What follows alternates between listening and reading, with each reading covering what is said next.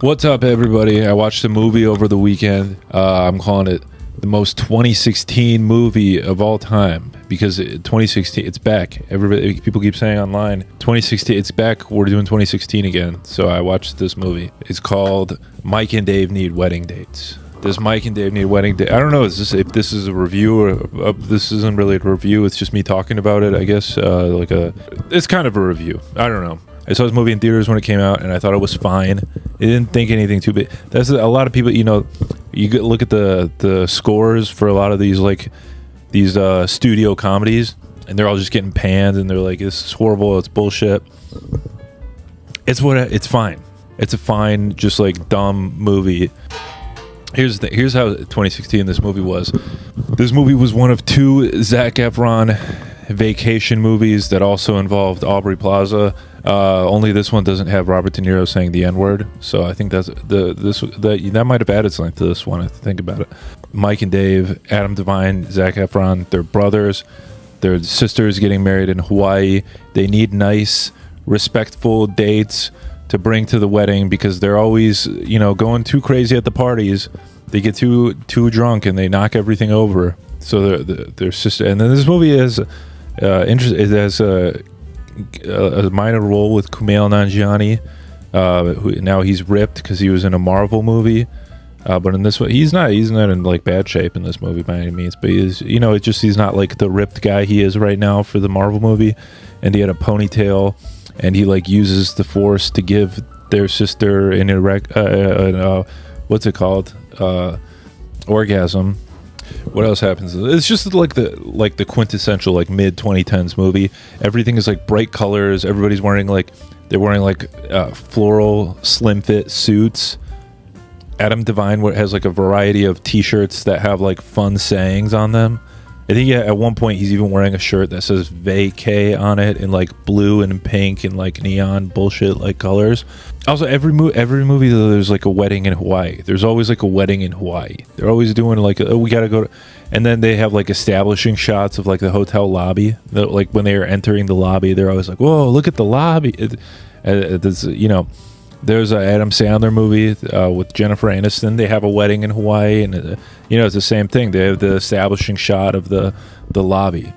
I always think it's so funny whenever they do. They're walking into because it's a hotel commercial, and but I don't know if it's a real hotel or if they're getting sponsored by the hotel to hey, you shoot it like a commercial where they're entering through the automatic doors, and then the lady walks up to them and puts the necklace around them and hands them mimosas or drinks or whatever. It always happens in every one of the movies.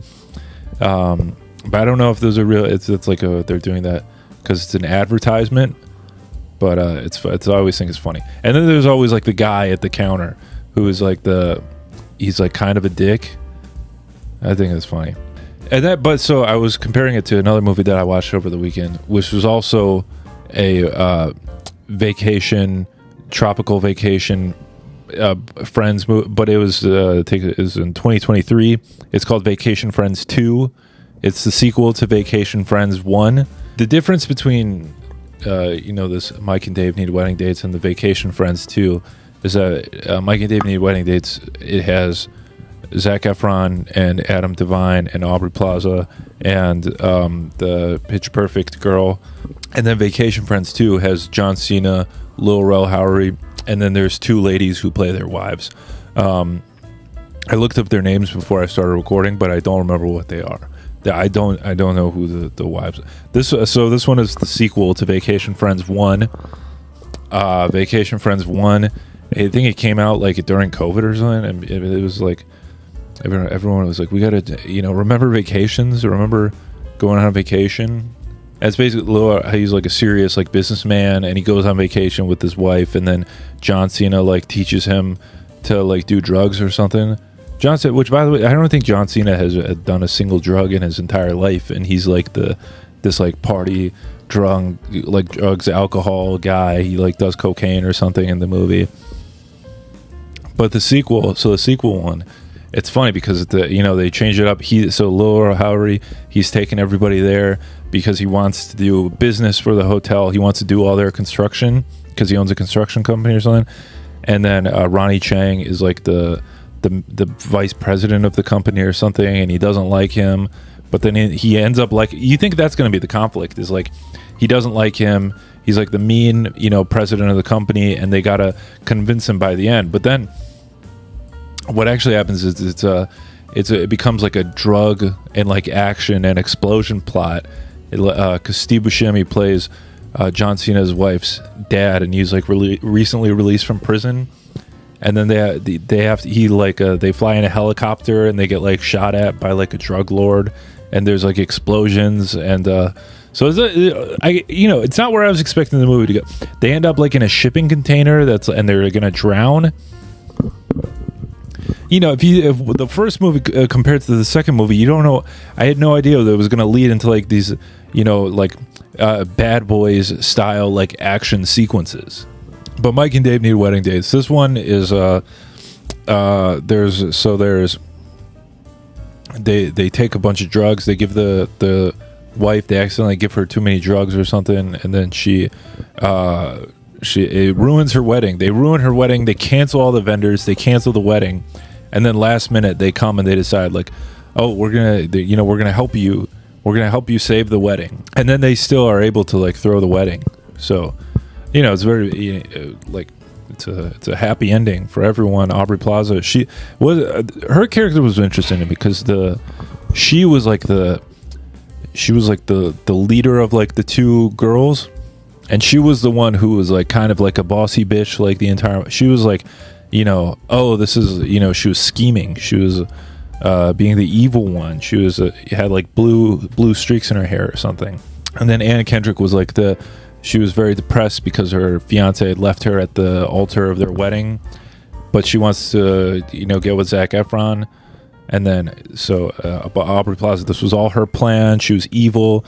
She fingers their lesbian cousin in the sauna. But then at the end of the movie, she has like a big moment of like realization of like she feels bad about it. She never felt bad about anything before, and she starts crying. And then they go to run into the room to save the day. And she's so it's funny that she they wrapped her character story up very quickly. So yeah, it's a fun movie, I guess. Like I wouldn't say it's like big deal or anything. I like just like fun dumb movie. I like to just enjoy a movie every movie has. That's why people talk about they don't make any good comedies nowadays. People don't watch comedies to like get something out. They just want it to be funny or like dumb or stupid.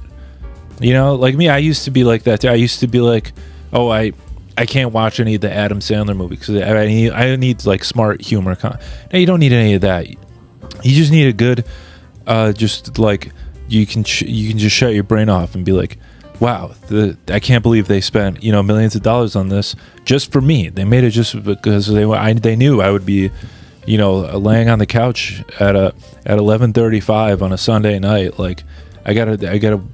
My brain needs something to fill it. And then I found the perfect way to do that with this Mike and Dave movie. I think it's based on a true story too, which, I don't think any of the shit I think it was, very, very loosely based on a true story. I doubt any of like the Aubrey Plaza stuff actually happened, or the sister gets hit in the face by like they drive like these big, what are they called? Like dune buggies or something? I don't know. They drive these big motorcycles and they hit the sister in the face, and he thinks she died, and they're like worried, but that she's alive. And so yeah, I don't know. I'm not recommending you because I don't care if you want to watch it. You can. That's fine. But this is just my thoughts. And I didn't have a YouTube channel when the movie came out, so now I do.